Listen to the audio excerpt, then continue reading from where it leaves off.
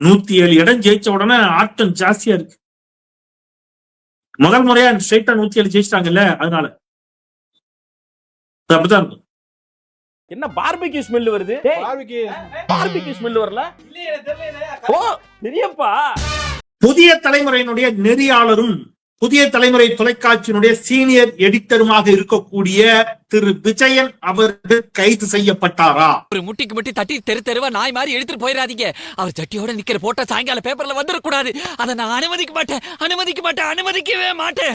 IBDS Thirunavukkarasu என்பவரை நீங்க கைது பண்ணிருக்கீங்க. அதுவே உச்சபட்ச காமெடின்னு அங்க பல பேர் சிரிச்சுக்கிட்டு இருக்கான். இதுல அவர் விஜயனுக்கு மெசேஜ் அனுப்புனாராம். கொஞ்சம் பொறு, மிஷின் நிக்கட்டும். திருநாவுக்கரசோட போன்ல விஜயன் கூட பேசின சாட்ஸை வச்சு கன்ஃபரண்ட் பண்றாங்க. எந்த தேதியில என்ன 2 பேரை தூக்கியிருக்கீங்களா என்று போட்டிருக்கீங்களா, இந்த 2 பேரை தூக்கியிருக்கீங்களா என்று நீங்கள் கேட்பதன் பொருள் என்ன? அவர் என்ன எடை போடுபவரா? 2 பேரை தூக்கிட்டீங்களான்னு கேட்குறீங்களே, என்ன மீனிங் சொல்லுங்க. சரி, அவர் சிம் கார்டு ரீசார்ஜ் பண்ணவன், அவர் பெட்டி கடையில இருந்து முனக்கடையில இருந்து யார்த்தையும் எங்கேயா டீ குடிச்சிருப்பாரு. எல்லாரையும் கூட்டி விசாரிங்க. இந்த அரசின் எம்எல்ஏக்களை விலைக்கு வாங்குறதுக்கு ஒரு 10 பேர் சேர்ந்து சதித்திட்டம் தீட்டினா பிதாவே இந்த பாவிகளை மன்னியும்னு சொல்றதுக்கு ஏசுநாதரா அரசாங்கம் நடத்திட்டு இருக்காருங்க. இவர்களை எல்லாம் உள்ளபடியே சிலுவையில் அறையணும், இரக்கம் காட்டக்கூடாது. தவசமே பண்ணிடுவாங்க போல இருக்கு.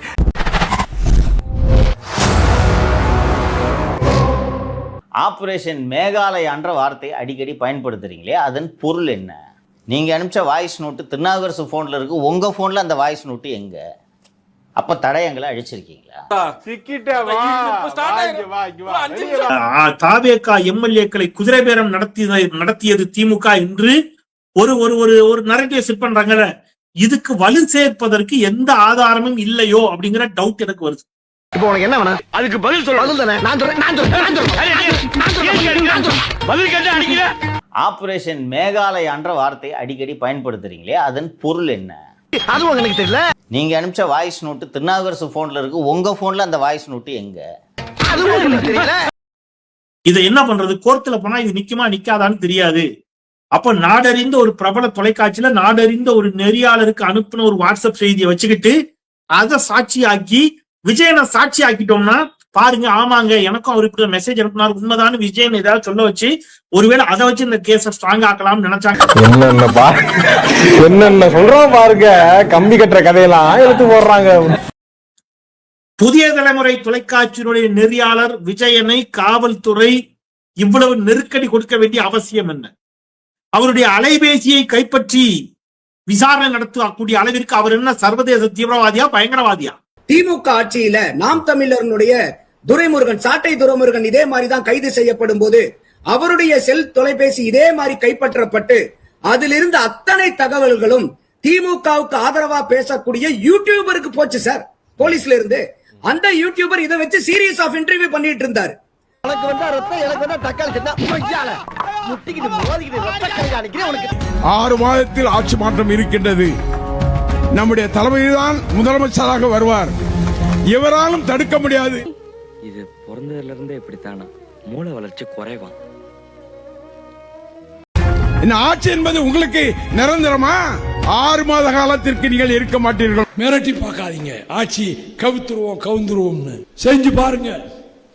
ஐ சேலஞ்ச், நான் சவால் விடுறேன். எலெக்ஷன் வரட்டும், 180 இடங்கள் விஜய் அணி ஜெயிக்கும். தம்பி இப்ப சந்தோஷம் தானே? திருவல்லிக்கேணி காவல் நிலையத்தை பத்திரிகையாளர்கள் முற்றுகையிட்டு சென்னை பிரஸ் கிளப்பை சேர்ந்த தோழர்கள் நிர்வாகிகள் எல்லாம் நேரில் சென்று ஒரு பெரும் போராட்டத்திற்கு பிறகு விஜயன் விடுவிக்கப்பட்டிருக்கிறார் என்று சொன்னால் தமிழ்நாட்டில என்ன நடக்குது?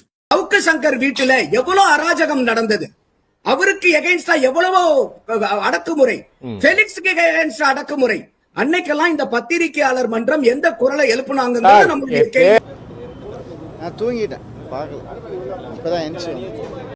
ஒரு ஜேர்னலிஸ்ட் விசாரிக்கிறதுக்கு என்ன இருக்கு எனக்கு புரியவே இல்லை. ஒரு ஜேர்னலிஸ்ட் ஒரு அரச கவுத்துருவாரா, ஒரு ஆட்சியை கவிழ்த்துருவாரா? ஒரு குறைந்தபட்ச லாஜிக் வேண்டாமா? இந்த மாதிரி கேரப்பைய கேள்வி எல்லாம் கேட்டா உன்னை அடிச்ச கொண்டு விடுவேன். எம்.ஆர். விஜயபாஸ்கர் ஏன் வந்தாரு, சி. விஜயபாஸ்கர் ஏன் வந்தாரு, அதிமுக எம்எல்ஏக்கள் 25 பேர் ஏன் உங்களை ஆதரிச்சாங்க, அமமுக எம்எல்ஏ ஏன் ஆதரிச்சார், மதிமுக எம்எல்ஏக்களை திமுக சின்னத்தில் நின்று வெற்றி பெற்ற மதிமுகவை சேர்ந்த எம்எல்ஏக்களை ஏன் ரிசைன் பண்ண சொல்லி விஜய் சொன்னாரு. அப்ப இதையெல்லாம் இந்த காவல்துறை விசாரிக்காது. உங்க அல்லக்க ஏன் இப்படி அழுத்திட்டு இருக்காரு, என்னாச்சு மாஸ்டர்? எரிமலை என்னைக்குடா அழுது இருக்கு, அதனாலதான் எனக்கு பதில் அவன அழுக சொன்னேன். அப்போ செய்தியாளர்களை மிரட்டுவது, சமூக வலைதளங்களில் கருத்துக்களை பதிவிடுபவர்களை மிரட்டுவது போன்ற போக்கை இந்த அரசு கடைபிடிக்குமே என்று சொன்னால் அது வன்மையாக கண்டிக்கத்தக்கது. ஒரு சம்மனுக்கு துடிக்கிறீங்களே, லியோ போயிட்டா அப்படி ஒரு நாளைக்கு 5 சம்மன் வந்து இல்லையா நமக்கு. குறுக்குப்போட்ட police station, Kotturpuram police station, Saidapet police station, Adambakkam police station.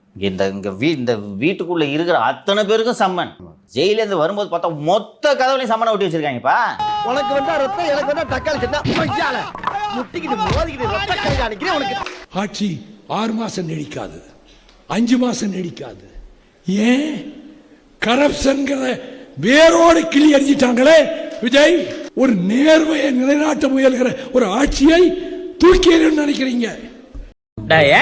ஐயா இவனுக்கு கிறுக்கு பிடிச்சிருக்கா? ஐயா காலாவதியான மருந்து எதையோ காலையில குடிச்சிட்டான் போல இருக்கு, உடனே இருக்கான். நீங்க இதை பெருசுபடுத்தாதீங்க ஐயா.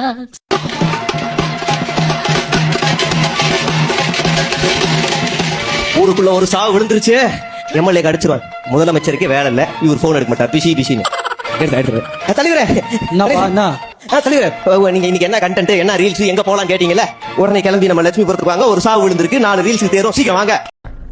கிரிஞ்சுங்க, கிரிஞ்ச் ஆஃப் தி இயர் உங்களுக்கு அவார்டே தரலாங்க. எப்பறாங்கண்ணே சூப்பர் கிரிஞ்சு, இந்த மாதிரி கிரிஞ்சு நான் பார்த்து வரலங்க. ஆனா டைம் இல்ல, நான் கிளம்புறேன். இந்த 5 ஆண்டு காலம் சென்னையை நாசப்படுத்தி சின்ன பின்னமாக்கிட்டாங்க. 5 ஆண்டு காலம் அதுக்கு எல்லாம் ஒருத்தர் தான் காரணம். யாரு? சேகர் பாபு. அனுபவிக்கிறாங்க, அதுக்கு அனுபவிக்கிறாங்க. அதாவது செட்டு சால்ட் ஆத்தா ஹே, பானி ஆத்தா ஹே, ஃபால்ட் ஆத்தா ஹே, தண்டனை ஆத்தா ஹே. சேகர் பாபுன்னா பெரிய எக்ஸ்பர்ட். அவரு ஆளுமை மிக்கவர். அவருக்கு இந்த துறை அந்த துறை, சென்னையில சிஎம்டிஏ. நீ என்ன அவ்வளோ பெரிய அப்பா டகரா இல்ல, அவ்வளோ பெரிய அப்பா டகரான்னு கேக்குறேன். சென்னை மேயர்னா எவ்வளவு அதிகாரம் இருக்கு தெரியுமா? ஆனா இந்த 5 ஆண்டு காலம் அந்த மேயரை செயல்பட விடல. நம்ம காட்சியெல்லாம் பார்த்துட்டு போனோம், தொங்கிட்டு எல்லாம் போறாங்க எல்லாம். இங்க இருக்கிற சேகர் பாபு அந்த மேயரை ஒரு சின்ன வேலை கூட அவர் என்னமோ அப்படி என்னையா அதெல்லாம் விடுங்க, அவங்க கிடையாது சில்லற பையன்.